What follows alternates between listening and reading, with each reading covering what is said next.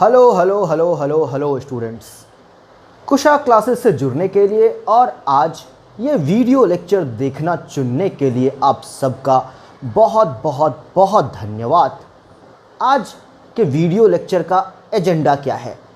तो आज चूँकि हम जानते हैं कि नीट 2022 नज़दीक है और बहुत जल्द ही एग्ज़ाम होने वाला है, तो अभी हम क्या करने वाले हैं कि नीट के जो प्रीवियस ईयर के क्वेश्चंस हैं उनको सॉल्व करना है। उनको सॉल्व करने के लिए जो कॉन्सेप्ट्स फ्रीक्वेंटली यूज हो रहे हैं उन मोस्ट इम्पॉर्टेंट कॉन्सेप्ट्स को समझना है और मेन पर्पस ये रहेगा कि हम इस तरीके से नीट का जो मोटिव है, नीट का जो साइकोलॉजी है क्वेश्चन पूछने के पीछे, वो समझ सकें। तो without doing much delay,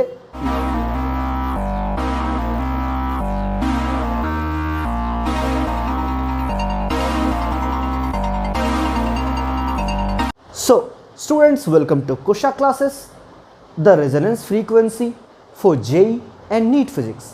Let's make the turbulent flow of physics perfectly streamlined and start the video. So जो पहला क्वेश्चन है, it reads कि on a new scale of temperature which is linear and called the W scale, the freezing and boiling points of water are 39 degree W and 239 degree W.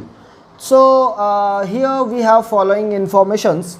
Number one, हमें freezing point of water पता है, that is 39 degree W, और boiling point of water पता है, it is 239 degree W. What will be the temperature on the new scale corresponding to the temperature of 39 degree centigrade? So 39 degree centigrade को change करना है x degree W में, और यही x हमें पता करना है। ये नीट 2008 का क्वेश्चन है। देखिए, जो हीट वाला पूरा सेगमेंट आता है, heat, thermodynamics, kinetic theory of gases, तो सब मिला करके जो सबसे आसान सा जो टॉपिक बनता है, सबसे सिंपल कॉन्सेप्ट जो है वो यही है, स्केल कन्वर्जन। तो कॉन्सेप्ट पहले थोड़ा सा देखेंगे कि क्या है, उसके बेसिस पे हम लोग इस क्वेश्चन को सॉल्व करने का भी ट्राई करेंगे। तो कॉन्सेप्ट यहाँ पे इन्वॉल्व है, इसको थोड़ा देखिएगा। फॉर एग्जाम्पल, ये हमारा W स्केल हो गया। यहाँ पे हमें लिखना है फ्रीजिंग पॉइंट, यहाँ पे हमें लिखना है बॉइलिंग पॉइंट, और यहाँ पे हमें लिखना है कोई भी एक आर्बिट्री टेम्परेचर जिसको हम कन्वर्ट करना चाहते हैं। तो हमें पता है कि फ्रीजिंग पॉइंट 39 डिग्री W है, बॉइलिंग पॉइंट जो है वो 239 डिग्री W है, और ये x डिग्री W को हम कन्वर्ट करना चाहते हैं। अगर सेल्सियस स्केल की बात करें तो हमारा जो फ्रीजिंग पॉइंट हो जाएगा वो 0 डिग्री C है, जो बॉइलिंग पॉइंट है वो 100 डिग्री C है, और 39 डिग्री C को हमें कन्वर्ट करना है x डिग्री W में। तो हमारा यहाँ पे जो स्कीम है, जो कॉन्सेप्ट इन्वॉल्व है वो क्या है, तो ज़रा गौर कीजिएगा। कॉन्सेप्ट ये है कि given temperature minus freezing point by boiling point minus freezing point, ये रेशियो जो है वो किसी भी स्केल में कांस्टेंट रहता है। कहने का मतलब this will be equal to, अगर W स्केल में आ जाए तो x गिवन टेम्परेचर है, यानी कि x degree W minus freezing point which is 39 degree W by boiling point which is 239 degree W minus freezing point 39 degree W। Okay, अगर यहाँ पे इसको हम सॉल्व करते हैं then will get 39 by 100 equals x minus 39 by 200। 100 2 जा 200, so x minus 39 equals 2 into 39. Therefore, we can say x equals 3 into 39, which is 117 degree W. Now if we check our options, then we can find that in option D. So option D will be the correct option for this question. तो यहाँ पे आपने क्या सीखा students? आपने बहुत ध्यान से इस क्वेश्चन को अगर देखा हो तो आपका जो मेन कॉन्सेप्ट है वो इस लाइन के अंदर छिपा हुआ है।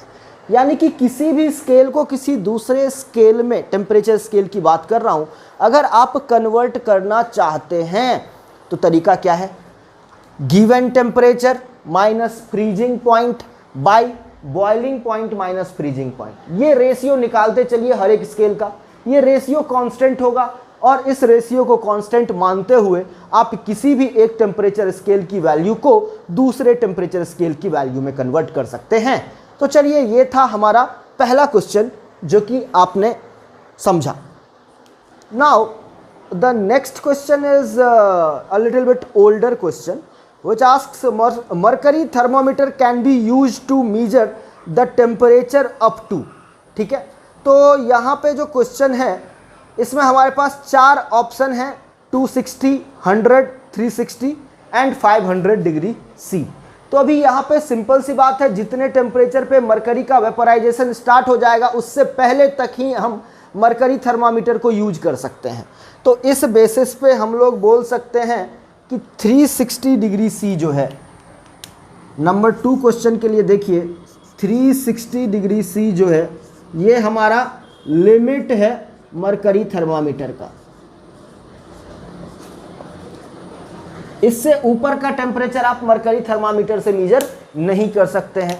सो इसका जो करेक्ट ऑप्शन हो गया वो option C. So question number 2 is C. चलिए नेक्स्ट क्वेश्चन पे आते हैं।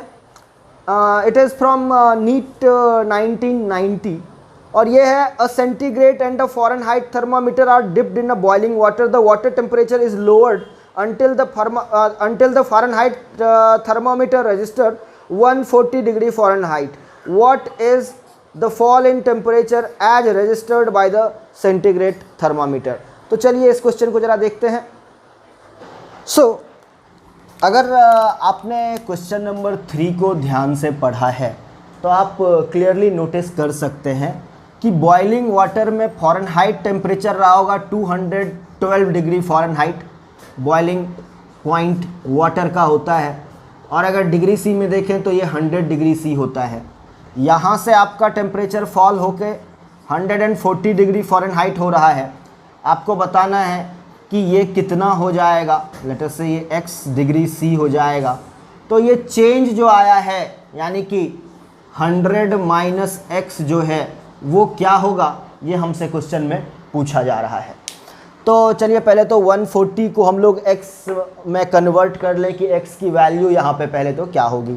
Again the rule is same, given temperature is 140 degree Fahrenheit minus the freezing point is 32 divided by boiling point minus freezing point.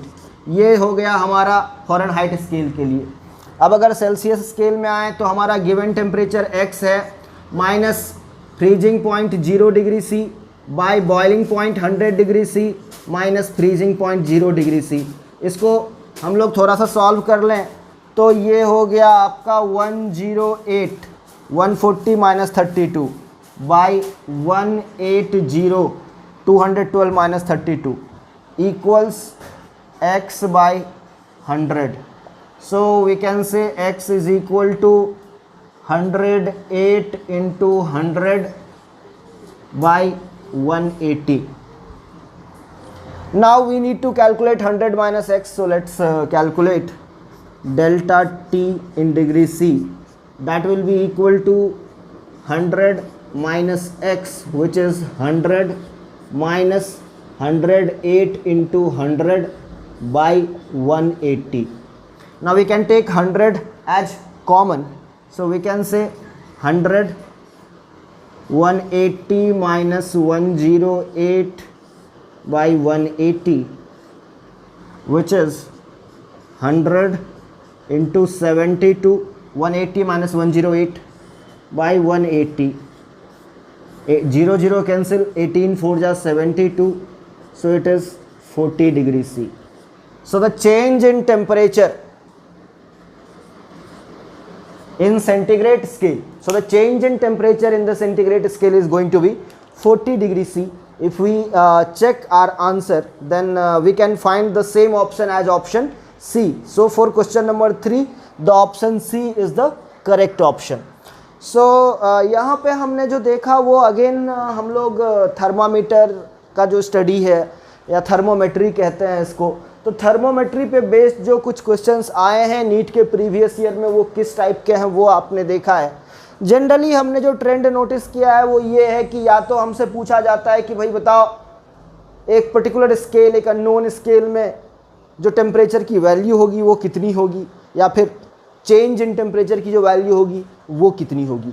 तो ये दो तरह के सवाल आप नोटिस किए होंगे जो कि थर्मोमेट्री से नीट में बार बार पूछा जा रहा है। अब चलिए नेक्स्ट टाइप के क्वेश्चंस पे चलते हैं और अब हम लोग थर्मल एक्सपेंशन को डिस्कस करेंगे।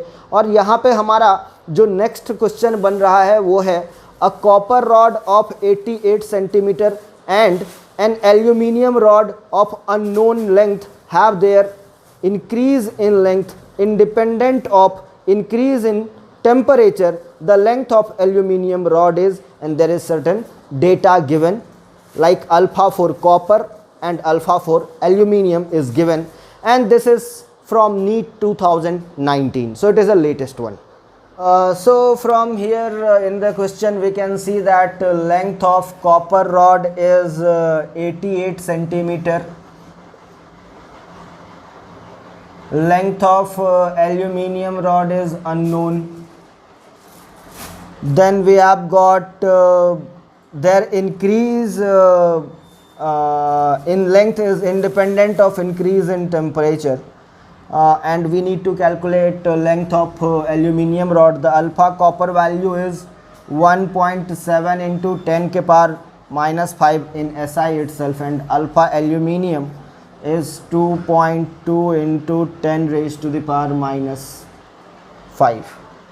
So here if we want to say that the increase in the length is independent of temperature, तो मुझे ये कहना होगा कि सेम टेम्परेचर राइज के लिए जो चेंज इन लेंथ कॉपर का होगा वही चेंज इन लेंथ अगर एल्यूमिनियम का भी हो तो क्वेश्चन का गिवन कंडीशन सेटिस्फाई हो सकता है। अगर ये बात है तो we can write following thing, delta L for copper should be equal to delta L for aluminium. Now we know that delta L for copper is going to be length of copper, alpha of copper into delta T, and that should be equal to change in length of aluminium, that will be equal to length of aluminium rod, alpha of aluminium into delta T. Now I can cancel these delta T, और अगर ऐसा होगा तो ये delta T यहाँ पे cancel हो जाएगा और हमारा जो इंक्रीज इन लेंथ होने वाला है वो इंडिपेंडेंट ऑफ टेम्परेचर हो जाएगा। इस तरीके से हम लोग देख सकते हैं इसको, और यहाँ से हम कह सकते हैं कि length of aluminium rod is going to be length of copper rod, alpha of copper by alpha of aluminium. So length of the copper is 88 centimetre. Alpha of copper is 1.7 into 10 raised to the power minus 5 by alpha aluminium is 2.2 into 10 raised to the power minus 5, 68 centimeter. And if we check that in our options, then we can find that in option A, which is the correct option for question number 4. Students, यहाँ पर जो question number 5 है वो कहता है कि coefficient of linear expansion of brass and steel rods are alpha 1 and alpha 2. Length of brass and steel rods are L1 and L2 respectively if L2 minus L1 is maintained same at all temperatures, which one of the following relation holds good? This is NEET phase 1 2016 as well as 1999. So this is a question from NEET 2016 and as well as 1999। तो ये दोनों year में ये questions पूछे गए थे। Brass के लिए है अल्फ़ा 1 और लेंथ है L1, और वहीं पे हमसे बोला गया है कि स्टील के लिए कोएफिशिएंट है अल्फ़ा 2 और लेंथ है L2। तो हमसे यही क्वेश्चन पूछना है इसको। और यहाँ पे हम लोग क्या देख सकते हैं कि नया वाला जो लेंथ हो जाएगा L1 prime, that will be equal to L1 into 1 plus alpha 1 delta T. ये हो जाएगा नया लेंथ ब्रास का। सिमिलरली अगर स्टील का नया लेंथ लिखें L2 prime, that will be equal to L2 into 1 plus alpha 2 delta T. अब हमें बोला गया है कि जो डिफरेंस है L1 prime minus L2 prime, that is same as L1 minus L2 because it is independent of temperature. चाहे कोई भी टेम्परेचर रहे, जो डिफरेंस है दोनों के लेंथ में, ब्रास और स्टील रॉड के लेंथ में एट एनी टेम्परेचर, वो सेम रहता है, यानी कि ये क्वांटिटी इक्वल होगी। अगर ऐसा होगा तो L1 प्राइम और L2 प्राइम की वैल्यू रखें, अगर दोनों को सब्ट्रैक्ट करें यहाँ पे, तो मेरे पास आएगा L1 plus L1 alpha 1 delta T minus L2 alpha 2 delta T. मैंने इस ब्रैकेट को ओपन किया, इस ब्रैकेट को ओपन किया और फिर इन दोनों को सब्ट्रैक्ट कर दिया। That is equal to L1 minus L2 आएगा। अभी L1 और ये वाला L1, L2 माइनस और ये माइनस L2 कैंसिल हो जाएंगे। एंड फाइनली अगर इसको मैं RHS में ले जाता हूँ तो मेरे पास रिलेशन है L1 alpha 1 delta T equals L2 alpha 2 delta T. Delta T को कैंसिल कर सकते हैं एंड फाइनली हम लोग लिख सकते हैं कि alpha 1 L1 equals alpha 2 L2। और अगर आप ध्यान दें तो हमें ये ऑप्शन में मिलता है। तो ये हम लोग देख सकते हैं कि क्वेश्चन नंबर 5 का जो ऑप्शन सी है वो डिट्टो यही है। So option C is going to be the answer for question number 5। ये जो क्वेश्चन नंबर 5 हम लोग डिस्कस कर रहे थे उसका करेक्ट ऑप्शन यहाँ पे सी हो जाएगा। तो बेसिकली ये क्या है, कॉन्सेप्ट क्या है यहाँ पे इन्वॉल्व। तो सबसे पहले तो ये कॉन्सेप्ट इन्वॉल्व है कि टेम्परेचर बढ़ने के साथ किसी भी मेटल का जो लीनियर एक्सपेंशन होता है वो कितना होता है, वो कैसे होता है। और अगर हमें कोई कंडीशन दिया हुआ है ब्रास स्टील को लेकर के कि दोनों के लेंथ का डिफरेंस सेम रहता है या इंडिपेंडेंट ऑफ टेम्परेचर रहता है, अगर ऐसा क्वेश्चन रहता है तो उसको सॉल्व करने के लिए जो स्ट्रैटेजी है वो क्या है, वो मैंने आपको यहाँ पे बता दिया है। चलते हैं अब नेक्स्ट क्वेश्चन की तरफ। So the next question, question number 6 we have. The value of coefficient of volume expansion of glycerine is 5 into 10 raised to the power minus 4 per Kelvin. The fractional change in density of glycerine for the rise of 40 degrees C in its temperature is. तो यहाँ पे density का temperature के साथ variation के ऊपर में एक क्वेश्चन पूछा गया है और ये 2015 का क्वेश्चन है। तो चलिए इसको भी देख लेते हैं। This is from NEET 2015। तो इसमें हमें गामा का जो है वो वैल्यू दिया है 5 into 10 raised to the power minus 4 पर केल्विन। अगर हम लोग बात करें change in volume delta V को, we know it is V gamma delta T, change in temperature होता है। पुराना वाला volume into gamma into change in temperature, ये जो होता है वो इंक्रीज इन वॉल्यूम माना जाता है। अच्छा, अब अगर हम लोग नए वॉल्यूम की बात करते हैं तो v will be equal to v into 1 plus gamma delta T हो जाएगा। डेंसिटी या इसको v प्राइम कह देते हैं अलग करने के लिए, मतलब नया वॉल्यूम कितना हो जाएगा। तो नया डेंसिटी का अगर बात करें तो हम लोग जानते हैं it is mass by new volume हो जाएगा। मास तो मास ही है, कांस्टेंट रहेगा टेम्परेचर के साथ, वो चेंज नहीं करेगा, डिवाइडेड बाय नया वॉल्यूम है पुराना वाला volume into 1 plus gamma delta T. Mass divided by पुराना वाला वॉल्यूम इज पुरानी वाली density divided by 1 plus gamma delta T.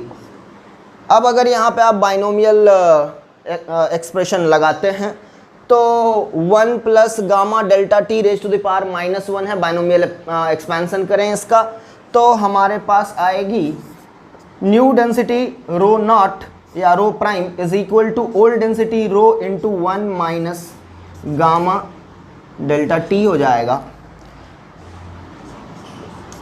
कहने का मतलब है कि डेल्टा रो जो है यानी कि रो प्राइम माइनस रो, ये हमारे पास आएगा minus gamma rho delta T. और अगर हम लोग बात करें फ्रैक्शनल चेंज की डेल्टा रो बाई रो की, it is going to be minus gamma delta T. और गामा की वैल्यू मेरे पास है और डेल्टा टी की वैल्यू भी मेरे पास है, और अगर ये दोनों वैल्यूज़ मैं यहाँ पे प्लग इन करता हूँ I will get fractional change in density. So now gamma from the question which is fractional change delta rho by rho is minus gamma is 5 into 10 raised to the power minus 4 and change in temperature from the question we know it is 40. So it is 40 into 5 is 200 into 10 raised to the power minus 4 which is 0.02. That is my fractional change in density. हम लोग यहाँ पे minus sign drop कर रहे हैं क्योंकि option अगर हम देखें तो मुझे पता चलता है कि मेरे से सिर्फ वैल्यू की बात पूछी गई है, मुझसे ये चेंज पॉजिटिव है या नेगेटिव ये नहीं पूछा जा रहा है। डेफिनेटली वी नो कि टेम्परेचर बढ़ने पे जो हमारा डेंसिटी है वो नेगेटिव होगा, मतलब कम हो जाएगा, चेंज जो होगा डेंसिटी का वो नेगेटिव हो जाएगा। कहने का मतलब है जो फ्रैक्शनल चेंज है वो नेगेटिव है, बट हाँ उसका मैग्नीट्यूड 0.02 है। और इसका जो ऑप्शन डी आपको दिखेगा that will be the correct answer. तरीके से डेंसिटी की वेरिएशन होती है टेम्परेचर के साथ, उसके ऊपर में बेस्ड एक क्वेश्चन था, तो ये समझने में आपको कोई परेशानी नहीं होगी उम्मीद करते हैं। हाँ अगर आपको यहाँ का स्टेप नहीं समझ में आ रहा है, ये जो हम लोगों ने बाइनोमियल अप्रॉक्सीमेशन यूज किया है कि rho by 1 plus gamma delta T, और इसको जो मैं अगले स्टेप में लिख रहा हूँ rho into 1 minus gamma delta T, ये मैं बाइनोमियल अप्रॉक्सीमेशन यूज करते हुए लिख सकता हूँ। अच्छा अगर ये आपको समझ में नहीं आ रहा है कि ऐसा कैसे लिख सकते हैं तो आप ना मुझे कमेंट में लिख के भेजिए कि सर ये नहीं समझ में आया, और अगर आपका कमेंट मिलता है कि ये नहीं समझ में आया तो मैं बाइनोमियल अप्रॉक्सीमेशन कैसे यूज करते हैं इसके ऊपर मैं एक वीडियो बनाऊँगा आप लोगों के लिए, तो प्लीज़ कमेंट कीजिए। चलिए तभी तक हम लोग नेक्स्ट क्वेश्चन करेंगे, ठीक है स्टूडेंट्स। अभी नेक्स्ट क्वेश्चन पे चलते हैं and this is question number 7 which reads the density of water at 20 degree centigrade. तो 20 डिग्री सेंटीग्रेड पे हमें डेंसिटी ऑफ वाटर दिया हुआ है। क्वेश्चन नंबर 7 की बात कर रहा हूँ, और ये जो क्वेश्चन है that is from 2013 Karnataka NEET. Okay हमें ये बोला गया है कि density of water at 20 degree centigrade is equal to 998 in SI itself. Then we have density at 40 degree centigrade and that is 992 kilogram per meter cube, that is again in SI. The coefficient of volumetric expansion of heat is 4 option है हमारे सामने में। Obvious बात है बहुत ही straight forward question है, इसमें कुछ भी ऐसा नहीं है जो कि आप नहीं सोच सकते हैं। अभी अभी जो क्वेश्चन किया था हमने इससे पिछला वाला क्वेश्चन ये सेम उसी के ऊपर में बेस्ड है। तो हम लोग ऑलरेडी ये बात प्रूव कर चुके हैं कि जो नई डेंसिटी है rho prime that is old density divided by 1 minus gamma into delta T, change in temperature हो जाता है। इनफैक्ट यहाँ पे प्लस होता है, अगर इसको ऊपर ले जाएंगे तो ये माइनस हो जाएगा प्लस। अगर ये रखें रो प्राइम नई density that is increase temperature पे जो डेंसिटी है 992, वो रो प्राइम की जगह रख दीजिए, is equal to the old density was 998 divided by 1 plus gamma we don't know, and the change in temperature you can clearly see 40 degree centigrade 20 degree centigrade 40 minus 20 is 20, so into 20 आ गया। सो it is like अगर मैं cross multiply करता हूँ I will get 992 plus gamma into 20 into 992 is equal to 998. Now if I take 992 in RHS, I'll get 20 into 992 times gamma equals 6. 998 minus 992. Now we can write gamma equals 6 by 20 into 992, which is equal to 0.000302। और अगर इसको option के साथ match कराना चाहें तो gamma is equal to 3 into 10⁻⁻⁴ आ रहा है पर केल्विन लिखना चाहिए मुझे, या पर डिग्री सेंटीग्रेड भी लिख सकते हैं आप, दोनों ही चलता है। एनीवे अगर आप ऑप्शंस अपने चेक करते हैं तो 3 इंटू 10⁻⁻⁴ ये आपको ऑप्शन ए में मिल जाता है, और इस तरीके से आप कह सकते हैं कि आपका जो ऑप्शन ए है that is going to be your right choice for this question. Again ये डेंसिटी का जो वेरिएशन है टेम्परेचर के साथ उसके ऊपर में बेस्ड एक क्वेश्चन था, और आप देख सकते हैं कि ये भी एक ऐसा कॉन्सेप्ट है जिसकी ज़रूरत नीट के एग्जाम में आपको हो सकती है। So it is also very important concept. So students यहाँ पे जो क्वेश्चन नंबर 8 है नया क्वेश्चन स्पेसिफिक हीट कैपेसिटी के ऊपर का एक क्वेश्चन है। It reads the quantities of heat required to raise the temperature of 2 solid copper spheres of radii R1 and R2, R1 equals 1.5 R2 through 1 Kelvin are in the ratio of। पहली बात जो कि notice करने वाली है वो ये है कि दोनों ही सॉलिड स्फीयर कॉपर का है, यानी कि दोनों की प्रॉपर्टीज बिल्कुल सेम होंगी, दोनों का जो स्पेसिफिक हीट कैपेसिटी S होता है वो दोनों का सेम होगा। और रेडियाई का जो रिलेशन है R1 इक्वल टू 1.5 R2 हमें दिया हुआ है। So it is from NEET 2020, तो बहुत ही रिसेंट सा क्वेश्चन है। हमें बताया गया है कि R1 इक्वल्स 1.5 R2, कहने का मतलब है हम यहाँ पे लिख सकते हैं कि R1 by R2 is equal to 1.5 which is 3/2, और हम लोग ये जान रहे हैं कि S1 और S2 दोनों का सेम है, S है, क्योंकि दोनों ही कॉपर के बने हुए हैं। अभी हम लोग कहेंगे कि दोनों केसेस में हीट कितना चाहिए, तो delta Q1 by delta Q2 ये हमसे पूछा गया है। हीट क्या होता है, M1 S1 delta T by M2 S2 delta T। अभी देखिए सबसे पहले तो दोनों ही स्पेसिफिक हीट कैपेसिटी सेम है, तो S1 S2 को आप कैंसिल कर सकते हैं। राइजिंग टेम्परेचर सेम है, 1 केल्विन से आप दोनों का टेम्परेचर रेज करना चाहते हैं। Now it is M1 by M2। चूँकि दोनों कॉपर का है तो दोनों की डेंसिटी भी सेम ही होगी, तो यहाँ पे आप लिखिए density of copper into volume of copper which is 4/3 pi R1 cube divided by rho into 4/3 pi R2 cube हो जाएगा, है ना। रो से रो को आप कैंसिल कीजिए, 4/3 पाई से 4/3 पाई को कैंसिल कीजिए। अब आपके सामने है R1 बाय R2 का whole cube. R1 by R2 है 3/2, 3 का क्यूब ले लीजिए 27, 2 का क्यूब ले लीजिए 8।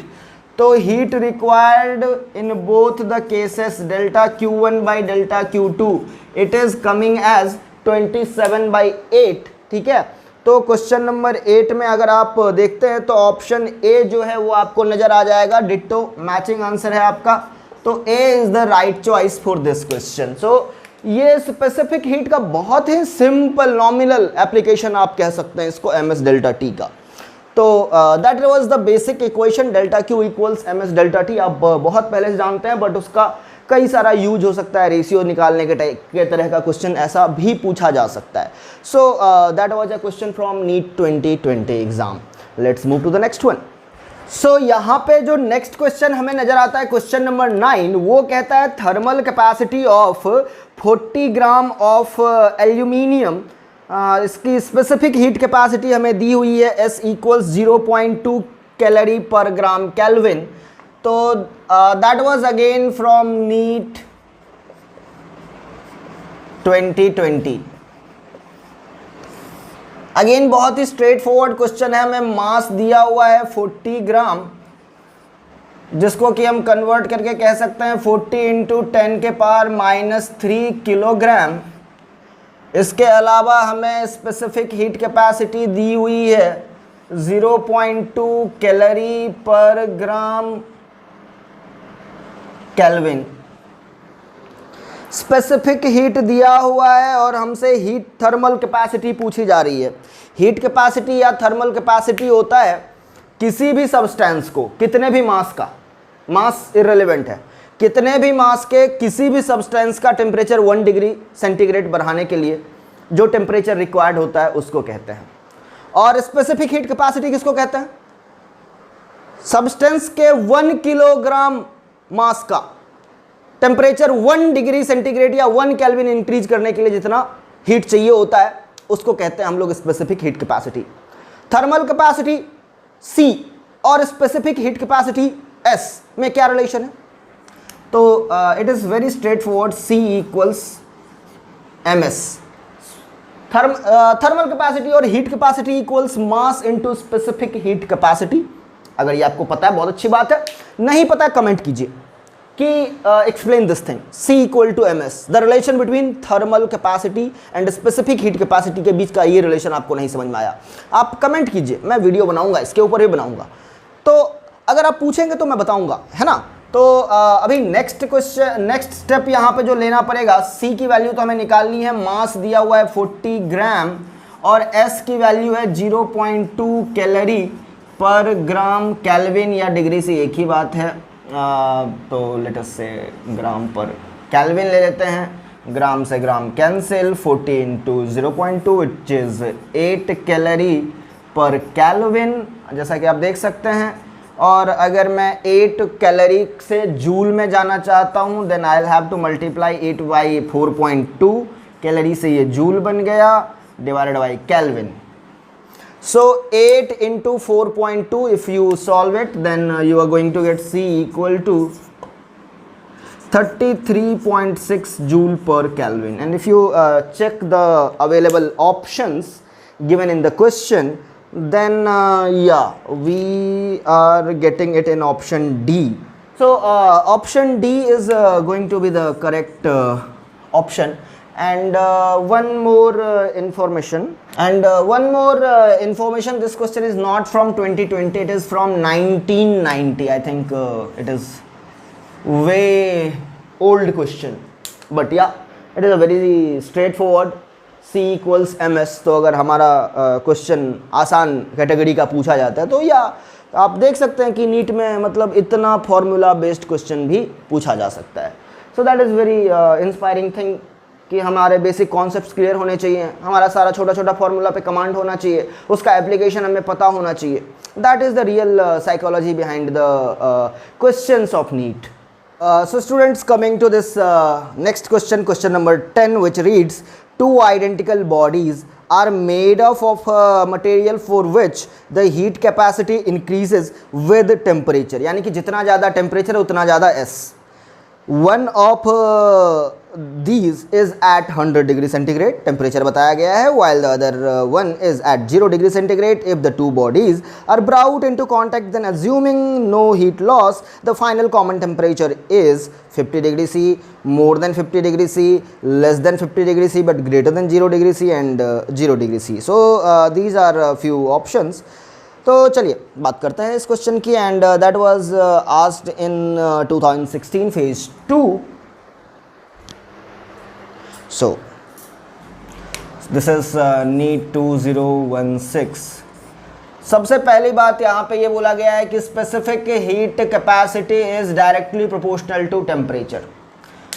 अगर ऐसा है तो ऑब्वियस सी बात है जो ऑब्जेक्ट 100 डिग्री सेंटीग्रेड पे होगा उसकी specific heat capacity 0 degree centigrade वाले ऑब्जेक्ट से ज़्यादा होगी।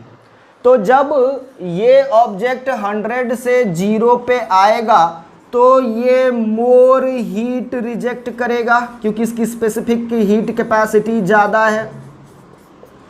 और ये जब 0 से लेट अस से 100 की तरफ जाएगा, या यू कहें कि अगर मिडवे 50 ढूंढें हम लोग दोनों के लिए, मिडवे ढूंढें, अगर स्पेसिफिक हीट कैपेसिटी टेम्परेचर से इंडिपेंडेंट होता और दोनों सेम मटेरियल ऐसे 100 और 0 पे मिक्स किए जाते तो जो फाइनल इक्विलिब्रियम टेम्परेचर होता वो 50 डिग्री सेंटीग्रेड होता। बट अभी क्या है, चूंकि एस टी पे डिपेंड करता है, लेट अस से डायरेक्टली प्रोपोर्शनल है, तो 100 से 50 आने के दौरान में ये ऑब्जेक्ट ज़्यादा हीट रिजेक्ट करेगा क्योंकि specific heat capacity 100 degree centigrade पे ज़्यादा होगी, लेकिन 0 डिग्री सेंटीग्रेड पे वही स्पेसिफिक हीट कैपेसिटी कम होगी, और जब वो 0 से 50 तक आना चाहेगा उसको लेस हीट रिक्वायर्ड होगा। So less heat absorb. तो नॉर्मल सा बात है कि हीट जितना इससे रिजेक्ट हुआ उसने इतना अब्जॉर्ब नहीं किया, तो जो बच गया हीट उसका क्या हुआ? तो ऑब्वियस आंसर है इस क्वेश्चन का, जो हीट बच गया उससे मिक्सचर का टेम्परेचर फर्दर ऊपर जाएगा, फर्दर राइज करेगा, यानी कि जो मिक्सचर का टेम्परेचर हो जाएगा, temperature of mixture, that will be obviously greater than 50 degree C. So that should be the answer. और आप देख सकते हैं कि ग्रेटर देन 50 डिग्री सेंटीग्रेड का ऑप्शन बी है। So option B is the correct choice for this question. So that was this 2016 का question. हमने अलग अलग ईयर्स के थर्मल प्रॉपर्टीज ऑफ मैटर के क्वेश्चंस डिस्कस किए हैं आपके साथ। आपने देखा होगा कि ज़्यादातर क्वेश्चन जो इस चैप्टर से आ रहे हैं वो डायरेक्टली फॉर्मूला बेस्ड हैं।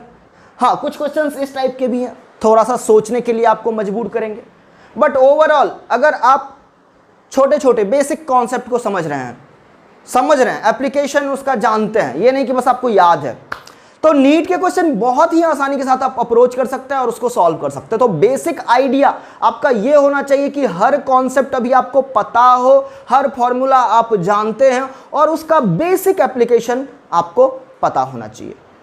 तो ये था आज का थीम पूरे वीडियो का, कि नीट का जो क्वेश्चन पूछा जा रहा है फिजिक्स में, पर्टिकुलरली इस चैप्टर से, thermal properties of matter chapter से, उस चैप्टर में क्वेश्चन बनाने के पीछे का साइकोलॉजी क्या रहता है।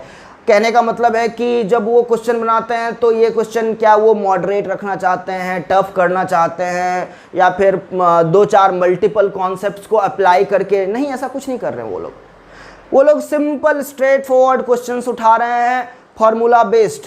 एक फार्मूला के ऊपर में क्वेश्चन सॉल्व होने वाला है, एट द मैक्स 2 फार्मूला के ऊपर में सॉल्व होने वाला। और बेसिक आइडिया ये कि उसमें थोड़ा सा आपको सोचना पड़ेगा कि हाँ, ये जो प्रोसेस हो रहा है, ये प्रोसेस किस फार्मूला, किस कॉन्सेप्ट के ऊपर में बेस्ड है। Once you know that, you can solve this question very easily. तो आई होप कि ये वीडियो आपको बहुत हेल्प पहुंचाया होगा। आप समझ पाए होंगे कि नीट के जो प्रीवियस ईयर के क्वेश्चंस हैं वो किस ट्रेंड के हैं। अगर आपको वीडियो पसंद आया है तो आप अपने दूसरे दोस्तों के साथ भी इसको शेयर करें, हमारे चैनल को सब्सक्राइब करें, एंड मिलते हैं बहुत जल्दी एक दूसरे वीडियो में, जिसमें हम लोग नीट के या फिर IIT JEE के कुछ और प्रीवियस ईयर क्वेश्चन के सॉल्यूशन को देखेंगे, उसका ट्रेंड चेक करेंगे क्या है। Finally, we come to the end of this video. Let's wind it up and let's meet in the next video. Till then, goodbye और बस पढ़ाई करते रहिए।